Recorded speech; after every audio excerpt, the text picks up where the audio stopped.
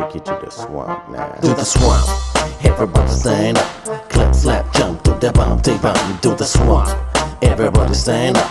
Clap, slap, jump, do the bump, they bump. Clap, slap, jump, do the bump, they bump. Bully, bully, bully, wella, wella, wella. A new acapella coming at you, fella. Ziggy, ziggy, ziggy, shaka, laka, laka. Mr. Malaka with the new fatherfucking rocker. Bonjour à tous et bienvenue pour ce 9e numéro de Promenade de l'Info. Le concept est simple, on se balade tout en vous donnant des infos et aujourd'hui nous sommes entre Passy et la place du marché Saint-Honoré. Dans cette émission, on parlera actu avec Sophie Crier, politique avec Martial Léon. Dans les infos plus, on parlera médias, cinéma, théâtre et sorties bouquins avec Anaïs Nil. Et enfin, dans le bonus de l'info, aujourd'hui nous recevrons le journaliste Emmanuel Maubert qui nous parlera de toute son actu, télé, radio et livres. Promenade de l'info, c'est parti. Et tout de suite, l'info du mois avec Sophie, ça va? Ça va super sous le soleil. Et en info du mois, on va parler de prix Nobel. Oui, qui vient d'Alfred Nobel, en fait, l'inventeur de la dynamite. Voilà, et comme il a vu que son invention n'était pas toujours utilisée à bon escient, il a décidé de consacrer, d'offrir son héritage, que son héritage soit consacré à la création d'un organisme qui récompenserait des chercheurs dans différents domaines, physique, chimie, paix. Plein de choses quoi. Exactement. Donc en l'occurrence là, on va parler de 2 prix Nobel. D'accord. Qui sont? Alors, qui sont un Américain et un Français. Ah, un Français dans le lot, ça fait plaisir. Je suis trop contente, donc je voulais en parler. Ouais, exactement. David Wieland, l'Américain en fait, et Serge Haroche, prix Nobel de physique. Ils ont été récompensés pour leurs travaux. Attention, préparez-vous. Alors, écoutez bien la phrase.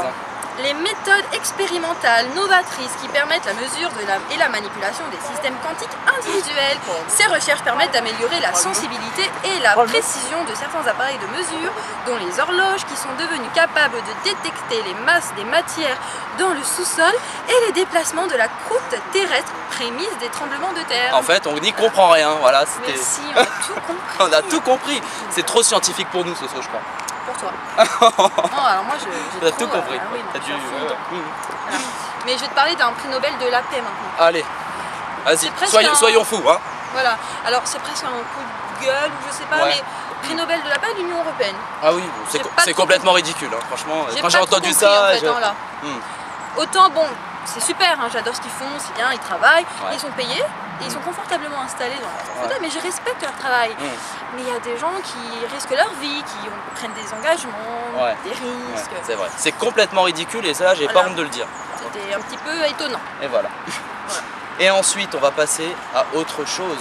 Oui. Et c'est un Alléluia. Un miracle. Un miracle, c'est tellement rare. Oui.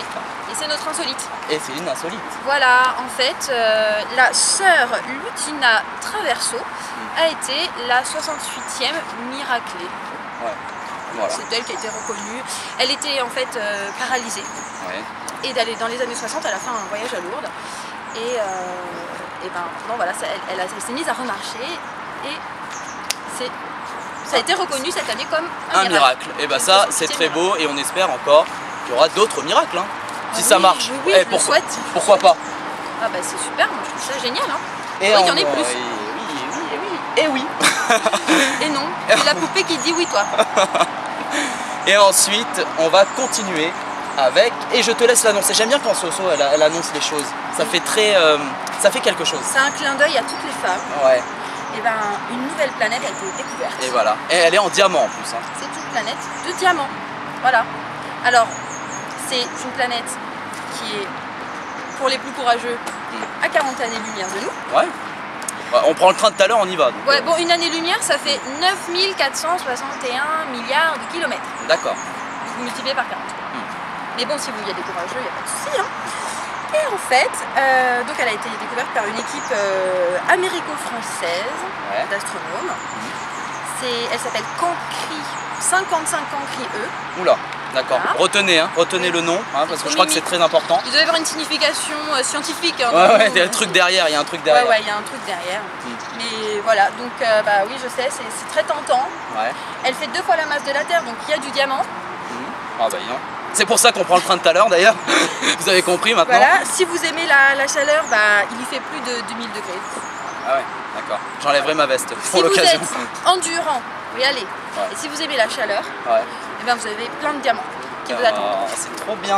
Ouais. Et ensuite, on court là pour faire la petite. Allez, bien. Ouais, allez, on est des joueurs de foot. Et on va passer à la dernière chronique, la petite chronique, la mini chronique de Sophie, c'est le sauce spur. Le sauce spur. Pas les pompons. Voilà. De la pom-pom girl. Il y a la couleur de cheveux et le t-shirt, mais pas les pompons. Oui. Et il y a une médaillée et un bébé.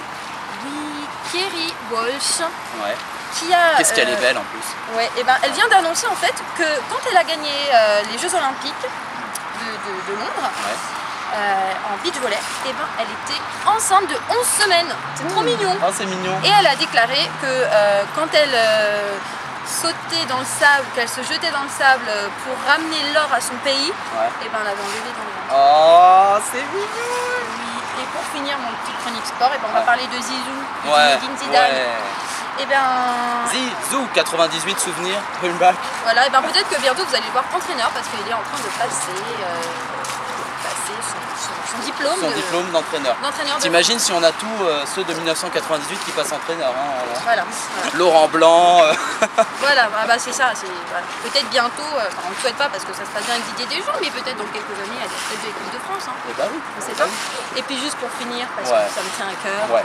Allez, c'est un petit coup de cœur. On en avait parlé le mois dernier, mais il fallait quand même le signaler ce mois-ci. Voilà, je l'avais annoncé le mois dernier, mais je ne pensais pas qu'il allait le faire si tôt. C'est Félix Baumgartner qui a réussi l'exploit, qui a réussi à faire ce qu'il avait envie de faire. Il l'a dit, il l'a fait. Ça lui a coûté cher hein, quand même.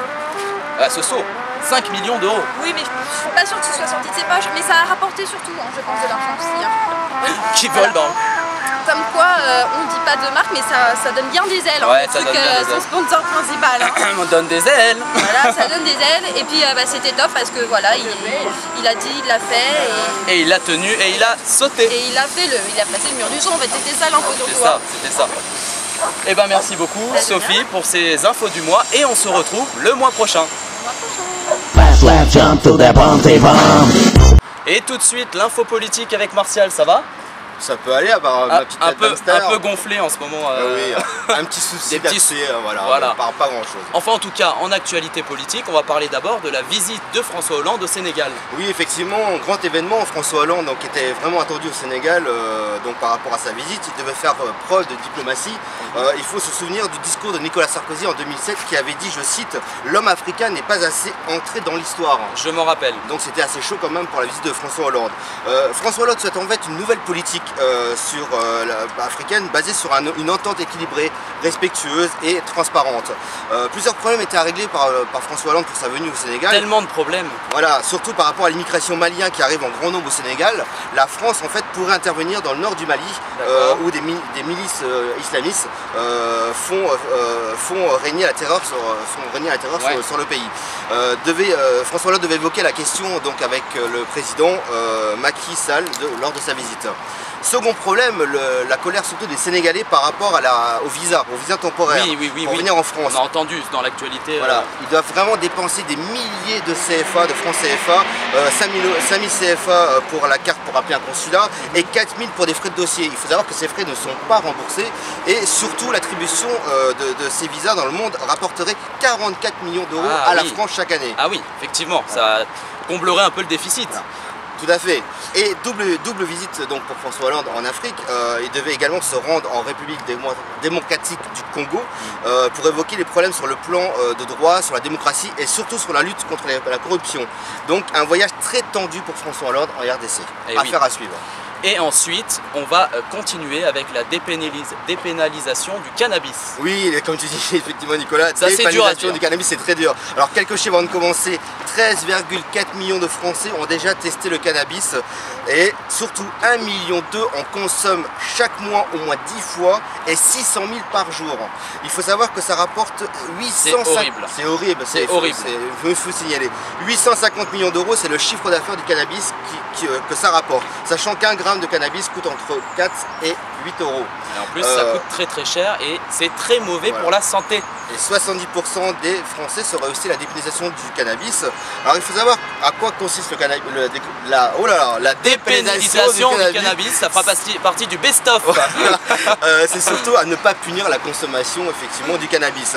Souci au sein du gouvernement, Jean-Marc Ayrault a rappelé à l'ordre son ministre de l'Éducation, Vincent Peillon, qui lui souhaitait un débat sur ce sujet, mais le ministre a affirmé qu'il n'y aurait pas de débat. Il cite « Nous ne sommes pas des commentateurs, les ministres doivent se défendre sur la position du gouvernement ». Vincent Peillon est revenu sur ses déclarations en disant que c'était une réflexion personnelle. Exactement. Et enfin, on va terminer avec le mini-retour de Nicolas Sarkozy, plutôt une conférence à New York.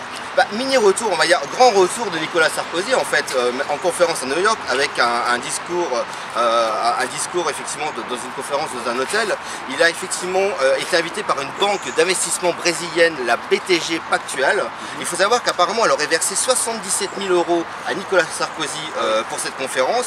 Un discours d'une cinquantaine de minutes où Nicolas Sarkozy s'est exprimé sur la crise européenne et sur la montée des pays émergents. Il a d'abord commencé bizarrement son discours en anglais et pour terminer en français. Comme ancien président. Tout à fait. Le chef de l'État a sans doute une reconversion effectivement au niveau de ses conférences parce que depuis son départ de l'Élysée, il a quand même été contacté pour faire 70 demandes environ d'intervention. Ah oui, quand même. Mais une info, d'après donne-nous toutes les infos. Alors, d'après Alain Juppé, Nicolas Sarkozy n'exclut pas son retour à la politique. Il y a souvent des proches de l'ancien président qui annoncent son retour. Alors est-ce que ce sera véritable un jour ou en 2017? On verra. Et ben merci beaucoup Martial pour ces infos politiques. Nicolas. Et on se retrouve le mois prochain sans le hamster. Voilà, sans le hamster. Merci. Et tout de suite, les infos plus avec Anaïs, ça va? Coucou Nico, ça va et toi? Bah ça va, tranquille, on est à l'île aux cygnes, tout va bien. Hein, ça, il fait super beau, t'as des cygnes, une dinde, tout va bien quoi. Et en Actu Média, on va parler d'émissions qui recommencent. C'est ça Nico, j'ai envie de te dire, on prend les mêmes et on recommence. Hein. Est-ce que tu sais que la France a un incroyable talent? Eh oui, c'est de faire du neuf avec du réchauffé. Ouais. Non, parce que c'est encore les mêmes émissions et il n'y a pas que sur M6. Hein. Ouais, je vois pas de quoi tu parles.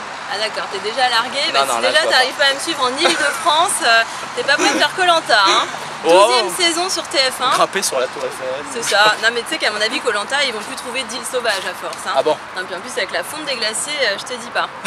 Tiens d'ailleurs, un qui a toujours pas trouvé la fille qui le fait fondre. Mais non, pas toi Nico, bon, d'accord. Pas cette tête de chien battu. Je croyais que tu me trompais déjà. Ah d'accord, non mais ça faut pas le dire. Et non, moi je te parle de TF1 qui veut épouser mon fils. Ah oui. Avec toujours Elsa Fayer aux commandes de l'émission. Alors j'ai envie de te dire, c'est un peu dommage qu'elle soit maquée et qu'elle ait déjà 3 gosses. Parce que sinon on aurait pu la marier vite fait avec le fiston et puis hop, on n'en parlerait plus quoi. Ça serait pas mal, ça serait pas mal. Énergie 12, t'as le retour de la Starac. Ah oui. De nouveau dans le château. Je connaissais pas ça, tiens. C'est ça, et la Starac. Starac. Juste 10 ans que ça existe, je connaissais pas. Non mais c'est le retour, c'est le retour. C'est le retour. Le comeback. Et donc de nouveau dans le château, la Starac. Oui. Bonjour l'austérité. Hein. D8, la nouvelle Star, enfin Star. Enfin, en même temps, la chaîne Star. C'est ça. En même temps, j'ai envie de te dire, mieux vaut tard que jamais. Hein. Bah oui, la preuve, la moyenne d'âge du jury.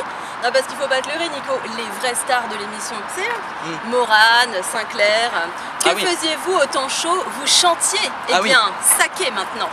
Enfin. J'aime bien le petit. T'as vu? J'ai travaillé ma gestuelle. Ouais, je vois ça. Enfin, chronique et gestuelle. Hein. Saquer, c'est pas du professionnalisme. J'ai plutôt envie de dire danser. Et oui. Danse avec les stars sur TF1. Ah oui. Alors après. Attends, viens, on fait. Allez,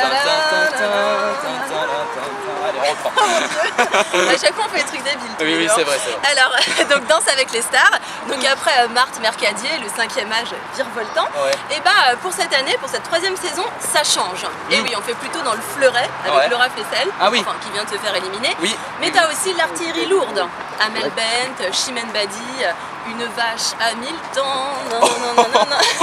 Non, n'empêche. C'est un peu. C'est pas gentil, c'est pas gentil. C'est juste pour citer Brel. Juste parce qu'elle a une taille de guêpe, c'est tout. Oui, c'est ça, on va dire ça. Oui, enfin bon, surtout, moi je trouve que sur TF1, leurs castings sont mal faits. Non, parce qu'en fait, Amel Bent, Chimène Badi, bah, ces deux-là, elles seraient beaucoup plus crédibles en jury de Masterchef. Ah oui. Et oui, bah, ça fait quand même 3 ans qu'on nous le ressort. Hein. Ouais. Comme quoi, Nico, à la télé, même quand tu cuisines avec du frais, c'est toujours un peu du réchauffé. Hein. Décidément, c'est dans les vieux pots qu'on fait les meilleures soupes. Mais est-ce que tu sais dans quoi on fait les meilleures daubes? Dans les chaudrons, demande à Obélix. Et bah justement, en Actu Cinéma, on va parler du nouveau Astérix, enfin du nouveau film. C'est ça, t'as vu la transition? Ah ouais, j'adore. Alors effectivement, je vais te parler de Astérix et Obélix au service de Sa Majesté. Alors tu veux le pitch? Je sais que t'adores mes petits pitchs. Ouais. Alors vas-y, allez, raconte-moi l'histoire. Voilà. C'est tellement nouveau Astérix. Bah oui, attends. En 50 avant Jésus-Christ, donc t'as Jules César qui a soif de conquête. Ouais. Et du coup, il décide d'envahir ce mystérieux pays appelé Britannia, dans la Bretagne en fait. Hein. Mais un petit village breton parvient à lui résister, mais ses forces faiblissent. Et du coup, Cordélia, la reine des Bretons, appelle à son secours les Gaulois Astérix et Obélix. Mais malheureusement, rien ne va se passer comme... même idée fixe, tiens, paraît un peu tristounet. Mais bon, lui, à mon avis, c'est différent. Je pense qu'il a mal vécu le succès de son rival dans le film The Artist. Ouais, et Oui, justement... Nico, parce que Huggy, le chien de The Artist... sort ses mémoires et c'est l'actu livre du mois. C'est ça, c'est la sortie bouquin. Je me suis dit, on va pas faire les grandes œuvres. Un chien qui sort ses mémoires, c'est courant. C'est ça, exactement. Alors, on a presque plus parlé de Huggy que de Jean Dujardin dans le film The Artist. D'ailleurs, à mon avis, il a dû en entasser, tu vois, des nonos dans sa niche fiscale. Dans sa niche fiscale. Du coup, le chien décide de raconter sa carrière dans un livre. Oui, normal, puisqu'il parle pas, c'est un peu normal qu'il s'exprime avec la plume. Alors sur le livre, t'as quoi? T'as des traces de pattes? T'es en train de casser mon effet là. Je te disais, c'est dommage. J'aime bien casser tes effets. Voilà, mais à chaque fois en plus, c'est fou. Je dis, c'est quand même normal, comme il ne parle pas, qu'il s'exprime avec la plume. Le poil. Ça valait le coup de la faire quand même, celle-là. Exactement. Enfin bon, du coup, Huggy, qui est désormais à la retraite, parce qu'il a 10 ans quand même, la petite bête. Eh bien, oula, il y a de l'eau, c'est... Là, on nage. On nage. Mettre mes bottes en caoutchouc. Sur l'île aux cygnes, nous sommes dans des flaques d'eau. C'est ça, exactement. Mais on vous aime. C'est ça, on vous aime. Oui, donc je te disais, comme il est à la retraite, il profite de son temps libre. Je marche, je pourrais se filmer comme je marche, c'est assez rigolo. Il profite de son temps libre pour écrire. Et donc le 24 octobre en France, il publie ses mémoires. D'accord, qu'on achètera tous. C'est ça. Alors on apprend par exemple ses rapports avec l'alcool, sa love story avec Reese Witherspoon, sa partenaire dans De l'eau pour les éléphants. Puis il nous confie aussi des choses beaucoup plus graves. Par exemple, il avoue avoir tué un chat par le passé. D'accord. Je n'en suis pas fière. Wouf, wouf, ce qui est courant dans la vie d'un chien. C'est ça. Non mais moi je suis contre. Mais d'ailleurs je suis contre. Et à mon avis en France, Brigitte Bardot l'aurait fait condamner à 1 an de niche conditionnelle. Et pourtant Huggy, comme Brigitte Bardot, il se sert de sa célébrité pour défendre la cause canine. Ah oui. Je le cite. Alors vas-y, cite. Attention, j'ai bossé mon truc. Entre guillemets. Je suis peut-être le premier chien à avoir gagné un Oscar et à publier un best-seller. Mais mon travail le plus important, c'est le secours canin. Et nous, on a envie de dire, c'est ouf. Waouh, bravo. Et moi aussi, j'en sors des bonnes. Et d'ailleurs, si tu veux te marrer, j'avoue qu'elle était très bien. Très bien. Si tu veux te marrer, tu peux aller sur YouTube. Il y a une vidéo qui présente la sortie du bouquin et où tu vois Huggy apporter la patte finale à son récit. Bon. Et... Allez, venez, Médor. Miller, ça te dit quoi ça? Oh, Edith Piaf. Bravo, mais quel talent. En même temps, j'ai un peu de culture quand même. C'est ça, tout de même. Et si je te dis Christelle Cholel en Piafé, tu te dis que c'est le moment de mon... Eh bah, coup de théâtre. Coup de cœur, théâtre. Enfin, c'est aussi un coup de théâtre. Tu t'appelles ça quand tu veux, tu vas parler de théâtre. C'est pas grave, il nous en voudra pas. Je viens de donner une claque à quelqu'un. C'est pas grave. C'est un coup de théâtre pour le coup. Et donc Christelle Cholet, 50 succès avec son spectacle L'Empiafé, revient au Théâtre de la Renaissance à Paris avec son tout nouveau spectacle. Rien de rien. Exactement. Et là, elle se contente pas de revisiter Piaf, mais toutes les chansons à succès. Quoi. Ah oui. Et c'est un pari plutôt réussi, puisqu'elle arrive à nous livrer un spectacle différent, mais toujours dans le même style, avec le même peps, le même humour débridé, et surtout avec sa voix exceptionnelle. C'est vraiment un organe magnifique. Oui. D'ailleurs, j'ai adoré le spectacle et j'y retourne la semaine prochaine avec des copines. Donc si tu veux d'accord. Bon, on va regarder ça. Mes copines, elles sont mignonnes, mais Christelle Cholet, elle est canonissime. Donc voilà, un petit short, c'est chou comme tout quoi. Voilà, c'est tout pour aujourd'hui. À moins qu'il y ait d'autres joggers à taper. Ou non. Des lacs à affronter. C'est ça. Merci beaucoup Anaïs pour ces infos plus et on se retrouve le mois prochain. C'est ça, pour un nouveau Koh-Lanta après. Voilà. C'est ça les balades. Bisous. Slap jump to the bounty bomb. tout de suite, dans le bonus de l'info, nous recevons le journaliste Emmanuel Maubert. Bonjour. Bonjour Nicolas, ça va? Ça va et vous? Très bien.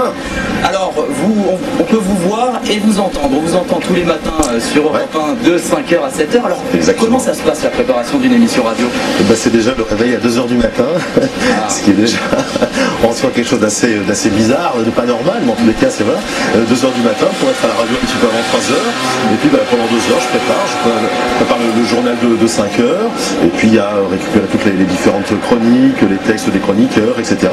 Et préparer la tranche d'info pendant 2h. Et puis à partir de 4h57, je suis en studio. Devant le micro. Voilà, exactement, pour accueillir les auditeurs. Et puis on lance la tranche avec Christine Peña qui m'accompagne, qui fait les points météo et qui est ce qu'on appelle une meneuse de jeu. Donc on est là tous les deux ensemble tranquillement pendant 2h. Et puis avec mon réalisateur Nicolas Charpentier qui est un élément super important dans cette histoire parce que sans lui on ne serait pas à l'antenne. Et donc voilà, ça, on est tranquille, voilà, c'est bien, ça se passe très bien. On a fait une première saison qui a bien marché, absolument. Avec une belle audience. Absolument, j'en étais très content. Et donc Denis Onivelle, le président d'Europe 1 et Fabien Lamias, le nouveau directeur de l'information, ont demandé de faire une deuxième saison, de rempiler. Et je le fais avec plaisir parce que tout ça c'est une affaire de passion en fait. Quoi. C'est la passion la radio. Ben oui, parce que se lever à 2h du matin, si on ne le fait pas dans des temps passionnés, c'est pas la peine. Quoi, voilà. Donc voilà, c'est la passion. Et quel est votre petit secret justement pour ça? Est-ce que vous avez une petite touche personnelle? Non, mais ce qu'on m'a demandé de faire, c'est d'être naturel, d'être moi-même, quoi. C'est-à-dire plutôt chaleureux, plutôt sympathique. Alors, c'est un peu bizarre de se définir comme ça, parce que ça fait un peu immodeste, mais voilà, c'est d'être chaleureux, dynamique, délivrer l'information, parce que c'est quand même l'info, c'est sérieux, mais aussi être assez décontracté, on s'amuse. Moi, je fais parfois des petites blagues, on rigole, c'est sympa. C'est quelque chose de chaleureux. Les gens qui se réveillent à partir de 5h du matin pour aller travailler à l'usine, c'est difficile, absolument. Donc l'idée, c'est de les accompagner, de dire, on est un peu dans la même galère, entre guillemets, c'est-à-dire qu'on est tous debout, voilà, et on préférerait être au lit sans doute, mais on est tous ensemble, on est là, et on va vous accompagner, on va vous donner l'info du jour, et puis on va essayer de vous faire un petit peu sourire quand vous êtes dans votre salle de bain ou dans votre cuisine, et puis voilà, puis c'est parti pour une journée de travail, quoi, voilà. Et également, tous les soirs à 19h dans l'émission C'est à vous aux côtés d'Alexandra Sublet. Alors c'est une ambiance un peu de famille quand même. C'est vraiment ça, c'est une famille ou une bande de copains, c'est vraiment ça, c'est la 4e saison là, qui a démarré en septembre.